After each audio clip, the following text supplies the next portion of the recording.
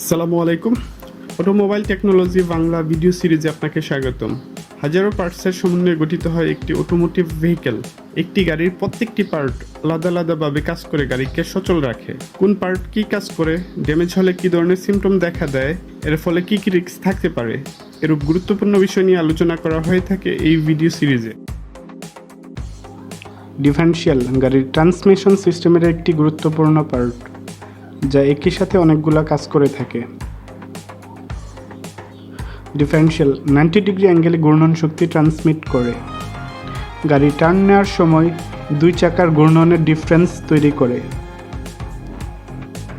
Gear reduction করে, torque বৃদ্ধি করে। লিমিটেড স্লিপ ডিফারেনশিয়াল কম লোডের চাকাকে ফ্রি করতে দেয় না। ডিফারেনশিয়ালের বিয়ারিং ক্ষয় হয়ে গেলে গাড়ি চলার সময় অনেক শব্দ করতে পারে, তখন বিয়ারিং পরিবর্তন করে ডিফারেনশিয়াল রিপেয়ার করা যেতে পারে।